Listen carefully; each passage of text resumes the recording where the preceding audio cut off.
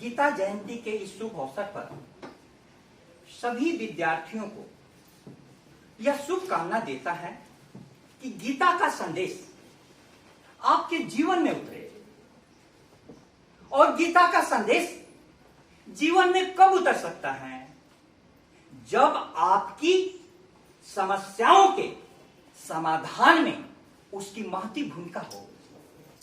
प्रिय विद्यार्थियों, आज आप देखिए किस प्रकार के वक्त से हम गुजर रहे हैं। एक तरफ दुर्भाग्य ने सीमाओं की रक्षा करने वाले सैन्य अधिकारी समेत सैन्य प्रमुख समेत महत्वपूर्ण सैन्य अधिकारियों को हमसे छीन लिया, और दूसरी तरफ कोरोना की महामारी के बाद दूसरी लहर हम लोगों ने झेला है, तीसरी लहर दस्तक दे रही है और ओमिक्रॉन का खतरा हमारे बीच मंडरा रहा है। हम सभी दहशत में हैं, दुर्भाग्य और दहशत ने हमें घेर रखा है। ऐसे में हम सबका जीवन ऐसा लगता है विद्यार्थियों का कि पढ़ करके क्या होगा, क्या करें, कल बचेंगे या नहीं बचेंगे, और किस रास्ते को जाएं। यदि आपको रास्ता क्लियर नहीं हो तो आपके कदम आगे नहीं बढ़ेंगे। आप चौराहे पर खड़े हैं और आप एक मन वाले नहीं, पॉलीसाइकिक है, विज्ञान की भाषा में बहुत चितवान। आपके हृदय में, आपके दिलो दिमाग में कई प्रकार के विचार चलते हैं। तो इसमें गीता क्या कहती है? अर्जुन के मन में भी यह प्रश्न उठा कि मैं अपनों से युद्ध कैसे करूं। इसलिए अर्जुन ने कहा कि हे केशव, मेरे रथ को दोनों सेनाओं के बीच में ले चलिए। और वहां पर अर्जुन ने कहा कि मैं अपनों के साथ युद्ध कैसे करूं, मेरे तन शिथिल हो गए हैं, मेरा मन मेरा साथ छोड़ दिया है। ऐसी ही स्थिति आप सबकी भी है, आज सबकी है कि क्या किया जाए। उस समय अर्जुन के पक्ष में सबसे बड़ी बात यह थी कि उसने अपने मन की बात श्री कृष्ण से कही। आज के विद्यार्थियों को मैं बताऊं कि जब विश्व युद्ध हुए उसके बाद बहुत सारे लोगों के मन में मीनिंगलेसनेस, अर्थहीनता का भाव जन्मा कि कहीं भी बम आ जाता है। हिरोशिमा नागासाकी पर बम गिरा और सेकेंडों में लाखों लोग मर गए। उसी प्रकार की स्थिति आज भी है कि किसी का भी जीवन सुरक्षित नहीं है, और उसके अलावा अन्य सारे तनाव, बेरोजगारी चरम सीमा पर है, महंगाई ने जीना मुहाल कर दिया है। और ऐसे में विद्यार्थी के लिए जब स्कूल 2 साल के बाद खुला है तो फिर कोरोना का डर, ओमिक्रॉन का डर। अब ऐसे में क्या करें? इसलिए मैंने कहा कि शिक्षक की बहुत बड़ी भूमिका है कि इस समस्याओं के बीच में आपको गीता क्या कहती है। शिक्षक सभी धर्मों से ऊंचा धर्म है। गीता में उपदेशित मां फलेषु वाला कर्म है, यह शिक्षक की परिभाषा है। आप इस स्थिति में अपने कर्म करें, जो भी कर्म है उसको देख लें, चुनाव कर लें कि हमारा कर्म क्या है। एक विद्यार्थी के रूप में आपका कर्म क्या है?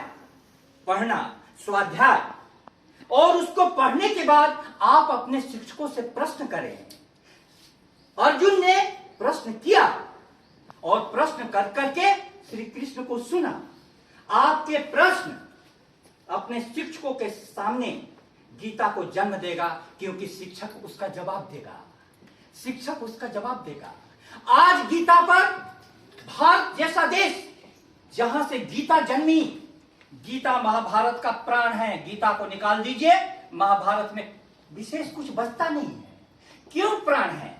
क्योंकि गीता की जैसे जैसे व्याख्या होगी, नई पीढ़ियों के लिए गीता और महत्वपूर्ण हो जाएगी।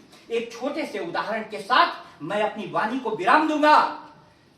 सोरेन किर्केगार्ड, डेनमार्क का बहुत बड़ा विचारक ने किताब लिखा है ईदर और, या तो यह या वह। इसका मतलब है हर व्यक्ति अनिर्णय की स्थिति में है, इधर जाए कि उधर जाए। और उसका अनिर्णय इतना बढ़ गया कि उसको किसी युवती से प्रेम हुआ तो वह निर्णय नहीं कर पा रहा था कि शादी करे या नहीं करे। बहुत दिनों के बाद जब वह पहुंचा युवती के पास तो पता चला कि उसकी शादी हो गई है।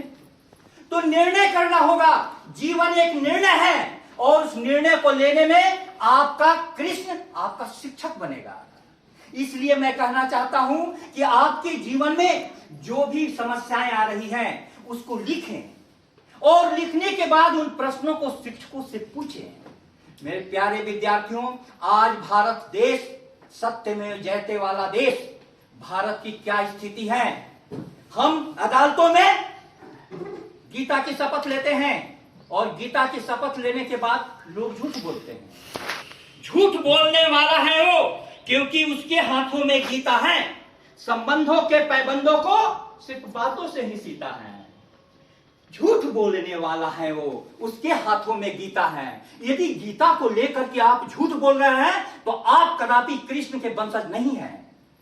कृष्ण कॉन्शसनेस आंदोलन पश्चिम में चल रहा है, वहां की चेतनाएं प्रश्नों से लद गई हैं, इसीलिए कृष्ण का कॉन्शसनेस आंदोलन पश्चिम में चल रहा है। हरे राम हरे कृष्ण, हरे राम हरे कृष्ण। और हम अपने महापुरुषों को, हम अपने विभूतियों को भूलते जा रहे हैं। इस अवसर पर आपसे इतना ही आग्रह है कि जो कुछ लिखा हुआ है उसको पढ़िए, जीवन की समस्याओं को गौरपूर्वक देखिए और उन समस्याओं को अपने शिक्षकों के साथ डिस्कस कीजिए। निश्चित रूपेण प्रश्न आपके भीतर है तो अर्जुन जिंदा है, और आपके पास शिक्षक है तो कृष्ण जिंदा है। इस कृष्ण और अर्जुन की कमी के कारण महामारी के समय में इतने लोगों ने आत्महत्या की है कि मुझे रातों रात नींद नहीं आ रही है।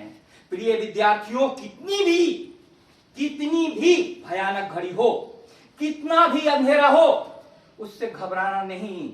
जहां पर भी कृष्ण है वहां पर उजाला अवश्य होगा। इस शुभ अवसर पर आप सभी को शुभकामना देता हूं और परमात्मा से प्रार्थना करता हूं कि हमें वो शक्ति दे। धन्यवाद।